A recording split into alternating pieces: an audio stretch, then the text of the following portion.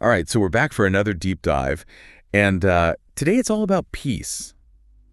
Well, specifically peace in the home. Ooh, I like it. I think we could all relate to wanting a little more of that, right? All right. So our source material this time is a YouTube video. It's from this guy, Coach Lucky, and it's called Stop These 3 Habits to Restore Peace in Your Home. I mean, just the title itself, it's kind of catchy. So maybe you're here because things are a little tense in your own relationships, or maybe you just want to see what Coach Lucky's all about. Yeah, he's got some interesting ideas. Either way, let's dive in and see what we can learn from him. Sounds good. So Coach Lucky, he doesn't waste any time. He jumps right in with his first habit, and that is to stop fighting for your right. Whoa. Bold statement right off the bat. Yeah, definitely caught my attention. You know what I found interesting? He talks about how, marriage isn't about fighting for your individual rights. Interesting take. It's more about, checking those rights at the door. Yeah. You know what I mean?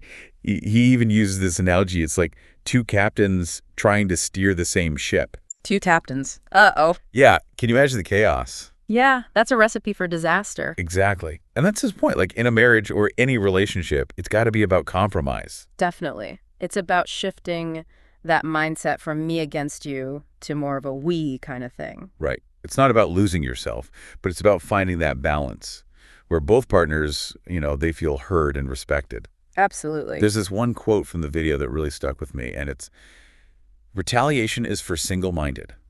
Forgiveness is for great people. Ooh, that's a good one. I don't know about you, but I've definitely been guilty of choosing retaliation over understanding in the past, especially when I'm feeling hurt. It's so easy to fall into that trap, isn't it? But he's right. Forgiveness, it really is a sign of maturity in a relationship. Totally. So what does that maturity look like in practice? What do you think? Well, it's about having that emotional intelligence, to step back and see things from your partner's perspective. Yeah, even when you're angry or upset. Which, let's be honest, can be really hard sometimes. Oh, yeah, for sure. It's like building a muscle. It takes practice and effort. So how do we do that? How do we actually develop that emotional intelligence, especially when we're in the heat of an argument? Any tips? Well, I think one of the first steps is to, recognize your own triggers, what sets you off. Once you start noticing those patterns, you can anticipate them and maybe choose a different way to respond. Instead of just reacting impulsively. Right, exactly. Take a breath, try to understand where your partner's coming from, and respond in a way that doesn't escalate the situation. That makes sense.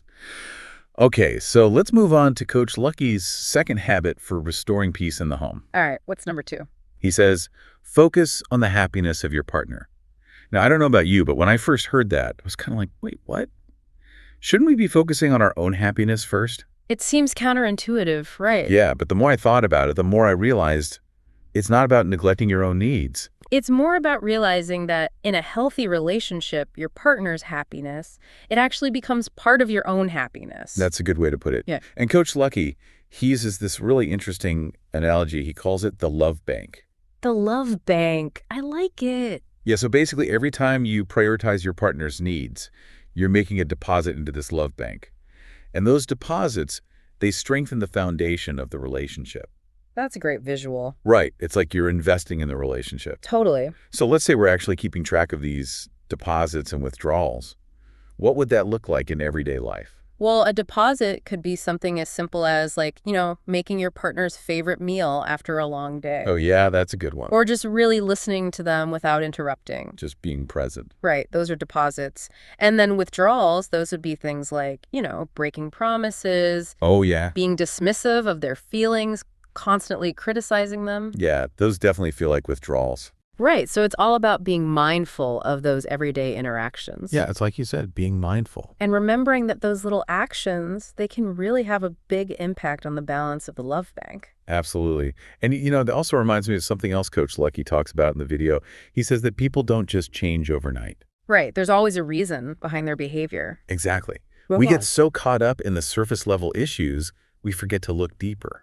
Yeah, like maybe your partner's been snapping at you lately. Instead of immediately taking it personally, ask yourself, what's going on in their life? Could there be something deeper I'm not seeing? It's about empathy and curiosity, trying to understand the why behind the behavior. Exactly. And that shift in perspective can really help to de-escalate those conflicts. So are you ready to tackle habit number 3? Bring it on. All right, this one's a bit of a mouthful, but it's Stop insulting your partner either in public or in private. Okay, so no insults. Got it. Yeah, but you know what I found interesting?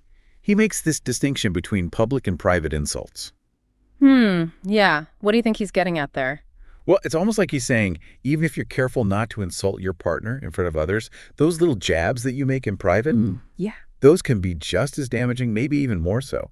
Because it erodes that sense of safety and trust in the relationship. Exactly. And it all goes back to respect, right? Like respect is the foundation of any healthy relationship. Absolutely. And those insults, even if they seem small, they chip away at that foundation over time. It's like death by 1,000 paper cuts. Ouch. Yeah, good analogy. Right. It's those little digs, the sarcastic comments, the eye roll. You might not even realize we're doing it, but those little things, they can really hurt. Right, yeah, and they build up over time. Exactly. You know, Coach Lucky even shares this funny anecdote about how women, they tend to explain their actions instead of apologizing. Oh, this should be good.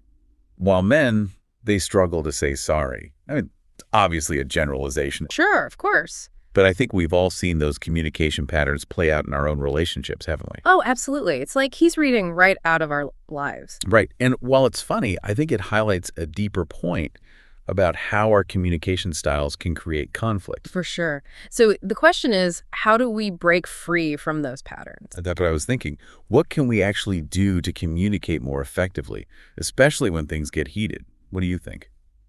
Well, I think the first step is awareness.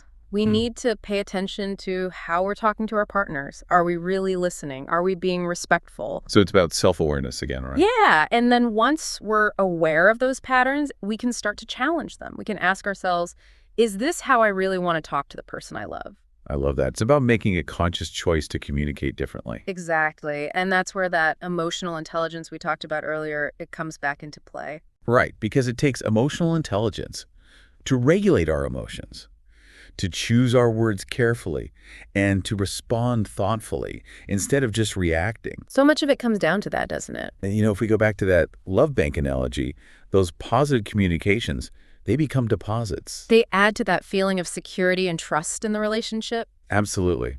This has been so insightful. It seems like there's a common thread running through all three of Coach Lucky's habits. What do you see as the common thread? It's about shifting our focus from individual rights to mutual happiness and respect. You nailed it. Right. It's about recognizing that a relationship, it's a partnership, not a competition. And that's a big shift for a lot of us. It is. It takes effort, but the rewards are so worth it, wouldn't you say? Absolutely. But making that shift, it's not always easy. You know, it takes vulnerability and a willingness to put in the work. Definitely. Before we move on, though, I want to touch on something you mentioned earlier about those little jabs we sometimes throw at our partners. Oh, yeah, the paper cuts. Yeah, you said that even though they seem small, they can have a cumulative effect over time. It's like, imagine you're slowly chipping away at a stone wall, one tiny piece at a time. Okay, I'm picturing it.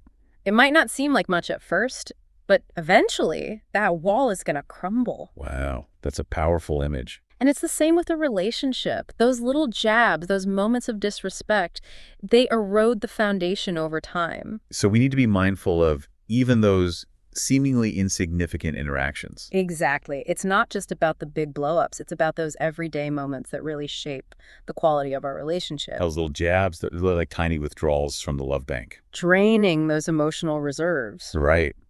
Okay, so we've covered a lot of ground here, but how do we actually put all of this into practice? Like, what are some tangible steps we can take to create more peace in our homes? Well, that's a great question, and it's one that we'll definitely explore further as we continue our deep dive. Okay, great. I'm looking forward to it. Me too. Yeah. This is really fascinating stuff. It is. It really is. And I think it has the potential to transform not just our relationships, but our lives as a whole. I agree. It's about creating a ripple effect of peace, starting from within and expanding outward. Beautifully said.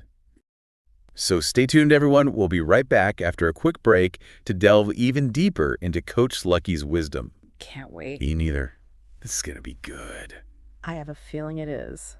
All right, welcome back, everyone. So I bet you're all wondering how to actually put this stuff into practice. Yeah, it's one thing to talk about love banks and all that. But how do we actually make those deposits in real life? Yeah. It can feel kind of overwhelming. You're right, it can. But remember, even small changes can make a big difference over time. Okay, so where do we even begin? Well, one practical tip I often recommend is to start with active listening. Okay, active listening, I've heard that term before, but what does that actually look like in a relationship? So it's about being fully present when your partner's talking to you, like putting your phone down, making eye contact, and really focusing on what they're saying. Not just waiting for your turn to talk. Exactly. It's about really engaging with them, both verbally and non-verbally. I think that's so important and yet so easy to forget in today's world. It is, isn't it? We're constantly bombarded with distractions. But think about how good it feels when you know someone's truly listening to you. It makes you feel heard, respected, It's validated. like what you have to say actually matters. Exactly. And that creates a sense of safety and connection in the relationship. That's so powerful. Okay, so active listening, that's one step. What are some other ways we can make those love bank deposits, in our everyday lives? Well, think about the things that make your partner feel loved and appreciated. It could be something small, like a little gift. Or a handwritten note. Exactly. Or maybe just helping out with a chore they hate. It's the thought that counts. It really is. It's about showing them that you care. It's funny you mentioned that, those small gestures. I was reading this article the other day about the 5 love languages. Oh, yeah, the 5 love languages. I love that concept. It's so helpful, right? Because it basically says that we all have a primary love language, like a way we feel most loved. And it could be words of affirmation, acts of service, receiving gifts, quality time, or physical touch. Right, and the key is to understand both your own love language and your partner's. Because you might be showing love in a way that feels meaningful to you, but if it's not your partner's love language, it might not resonate with them. Exactly. It's like speaking different languages, but in this case, it's the language of love. I love that analogy. So how do we figure out our love language and our partner's? Well, there's some quizzes online you can take. Or you can just reflect on what makes you feel most loved and appreciated in a relationship. And once you know each other's love languages, you can start speaking them more fluently. It's about making those love bank deposits in a way that your partner will truly value. Okay, so we've got active listening, we've got speaking each other's love languages, but what about when conflict arises? Yeah, because let's face it, conflict is inevitable in any relationship. So how do we navigate those disagreements in a way that, promotes peace instead of escalating the tension? That's where those emotional intelligence skills we talked about earlier, they come into play. Right, being able to regulate your own emotions and not just react impulsively. Exactly. It's about taking a step back and responding thoughtfully. Which I know is easier said than done, especially when you're in the heat of the moment. Oh, for sure. But there are some strategies we can use to help us stay calm and collected. Like what? Give us some tips. Well, one technique I often recommend is taking a time out. Like a timeout in a basketball game. Exactly. When you feel the conversation getting too heated, agree to take a break before things escalate. So it's not about storming off in anger. No, it's about communicating to your partner, hey, I need a minute to cool down, but we'll come back to this later. And during that timeout, what do you suggest people do? Anything that helps you calm down. Take a walk, listen to music, practice some deep breathing exercises. Basically, hit the reset button. Exactly. And then when you're both feeling calmer, you can come back together and discuss the issue in a more constructive way. That's a great strategy. It allows you to break that cycle of reactivity. And choose a more intentional response. Okay, so we've talked about active listening, love languages, taking time outs. Any other practical tips for creating more peace at home?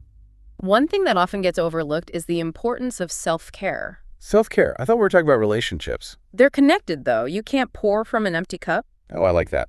If you're not taking care of yourself, you're not going to be in the best place to show up for your partner. So it's like putting on your own oxygen mask first before helping someone else. Exactly. So make sure you're prioritizing your own well-being. Get enough sleep, eat healthy foods, exercise regularly. Do things that bring you joy. Absolutely. Because when you feel good about yourself, you're more likely to be patient and compassionate towards your partner. This has been so insightful. It's like we've taken Coach Lucky's advice and really unpacked it, We've gone from those 3 simple habits to this whole exploration of communication and emotional intelligence and self-awareness. And the power of choosing love, right? It's amazing how those seemingly simple habits can lead to such profound insights. It's like those Russian nesting dolls. Oh, I love that analogy. Each layer revealing something deeper. So true. So just to recap, Coach Lucky's 3 habits for restoring peace in the home are stop fighting for your right, focus on the happiness of your partner, and stop insulting your partner, either in public or in private. And those habits, they're just the starting point. They're invitations to really dive deeper into ourselves and our relationship. To practice active listening, compassionate communication, and to make love the guiding principle in all our interactions. Because it's a journey, not a destination. There will be bumps along the road, but if we keep coming back to that intention of choosing love, of prioritizing peace, We can create a home environment that's truly a sanctuary. a place where both partners feel safe, respected, and cherished. Beautifully said. And, the peace we create in our homes, it has the power to ripple outwards. Creating a more harmonious world, one relationship at a time. That's a beautiful thought to end on. It is. And, Coach Lucky ends his video with a really simple but powerful statement. He says, love your wife, love your husband. It's so simple, yet so profound. And it's so easy to forget in the day-to-day craziness of life. It is. So as we wrap up this deep dive, I want to leave our listeners with this question. What does it mean for you to actively choose love in your relationship? So what does it actually look like to put love at the center of your relationship in those everyday moments? What would that be? Yeah, it's a powerful question to think about because, it's so easy to get caught up in the routines and the challenges of daily life, and we forget to nurture that core element of love. And it's not just about romantic love either, is it? It's about cultivating a sense of peace and harmony within ourselves first, right? And then letting that radiate outward into our relationships and into the world. Absolutely, you're so right. Peace, it starts from within. If we're always battling like inner turmoil, it's going to be tough to create a peaceful environment externally, right? So self-care, it's not just about bubble baths and face masks. Right. It's about doing that inner work, addressing those unresolved, maybe emotional wounds we all have. Yeah. And cultivating a sense of peace and well-being within ourselves first. Yeah, and not expecting our partner to fill that void, We have to take responsibility for our own happiness. And when we're coming from that place of wholeness and inner peace, Yeah. then we can really show up for our partners, Yeah. In a more loving and supportive way. Exactly. And we're less likely to react defensively or take things personally or project our own insecurities. This has been such an eye-opening conversation. We've gone from these three, seemingly simple habits to this deeper exploration of communication and emotional intelligence. And self-awareness. And self-awareness, yeah. And ultimately, the power of choosing love. It's amazing how those seemingly simple habits can unlock these deeper truths about our relationships, isn't it? Like those Russian nesting dolls, each layer revealing something more intricate. I love that analogy. It's so perfect. So just to recap, Coach Lucky's 3 habits for restoring peace at home. Those are stop fighting for your right, focus on the happiness of your partner, and stop insulting your partner. In public or in private? In public or in private, exactly. And remember, those habits, they're really just the starting point. The jumping off point. Yeah, exactly. They're invitations to explore those deeper parts of ourselves and our relationships. To really practice active listening, compassionate communication, and making love the guiding principle in everything we do. It's a journey, not a destination, right? Absolutely. There are going to be bumps in the road, moments of frustration, disagreements, and misunderstandings. But if we keep coming back to that core intention of choosing love, of prioritizing peace, then we can create that home environment that's truly a sanctuary. A place where both partners feel safe, respected, and loved. Beautifully said. And remember, the peace that we create in our homes, it can radiate outwards, Yeah. creating a more harmonious world, one relationship at a time. That's a beautiful thought to end on. Thank you so much for joining us on this deep dive. Yes, thank you everyone for listening. We hope you found it insightful and maybe even a little bit inspiring.